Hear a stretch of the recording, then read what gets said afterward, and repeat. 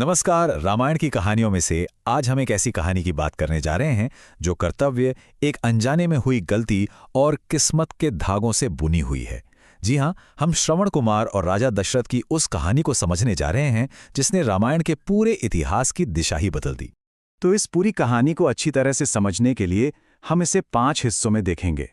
हम श्रवण के एक आइडियल बेटे के रूप से शुरू करेंगे, फिर उस फेटफुल नाइट की घटना पर नजर डालेंगे, उस श्राप को समझेंगे जिसने इतिहास बदल दिया, फिर देखेंगे कि वो श्राप कैसे सच हुआ, और आखिर में इस कहानी से मिलने वाली गहरी सीख पर भी बात करेंगे। तो सबसे पहला सवाल, आखिर ये श्रवण कुमार थे कौन और क्यों आज भी, इतने सालों बाद भी, उन्हें माता पिता की भक्ति का सबसे बड़ा सिंबल माना जाता है? देखिए, उनकी डिवोशन कोई आम बात नहीं थी। जरा सोचिए, वो अपने बूढ़े और नेत्रहीन माता पिता को तीर्थ यात्रा पर ले जाने के लिए उन्हें कांवड़ में बिठाकर अपने कंधों पर उठाकर निकल पड़े थे। मतलब उन्होंने सचमुच अपने माता पिता की खुशी की रिस्पॉन्सिबिलिटी अपने कंधों पर उठा ली थी।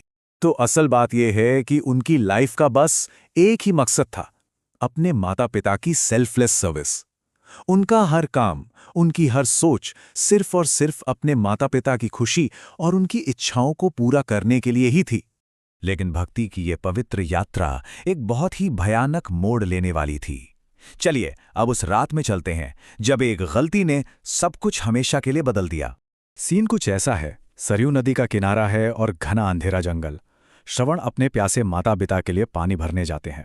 एक बिल्कुल साधारण सा काम है ना, पर यही वो पल था जो हिस्ट्री को हमेशा के लिए बदलने वाला था। और यही कहानी में एंट्री होती है राजा दशरथ की और उनके एक बहुत ही यूनिक स्किल की, शब्द भेदी बाण। इसका मतलब है सिर्फ आवाज सुनकर बिना देखे अपने टारगेट को हिट कर देना। कमाल का टैलेंट था।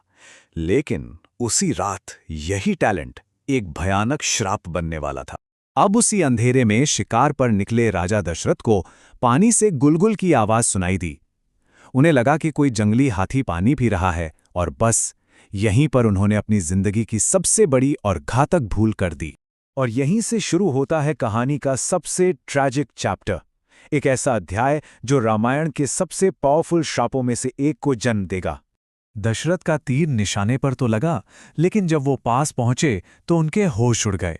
वहां कोई जानवर नहीं, बल्कि एक नौजवान अपनी आखिरी सांसें गिन रहा था। राजा के पैरों के नीचे से तो जैसे जमीन ही खिसक गई। आप सोचिए, उस हालत में भी, मरते हुए भी, श्रवण को अपनी नहीं बल्कि अपने प्यासे माता पिता की फिक्र थी। उनके ये आखिरी शब्द उनके सेल्फलेस लव का सबसे बड़ा सबूत थे।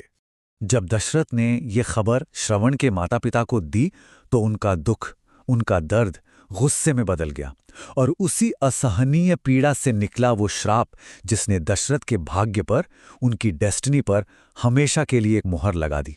कहते हैं ना कि गहरे दुख और दर्द से निकली हुई कोई बात या श्राप कभी खाली नहीं जाता। वो बस सही समय का, अब राइट मोमेंट का इंतजार करता है। और यहां हम देखते हैं कि कैसे कर्मा का चक्र पूरा होता है।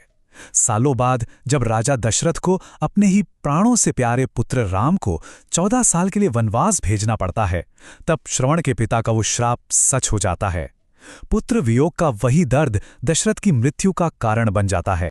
तो इस पूरी दिल दहला देने वाली कहानी से हमें क्या सीखना चाहिए? क्या सबक, क्या लेसन्स छिपे हैं इस दुखद घटना में? देखिए, ये कहानी हमें कई गहरी बातें सिखाती है। पहली, माता पिता की सेवा का सबसे बड़ा गुण।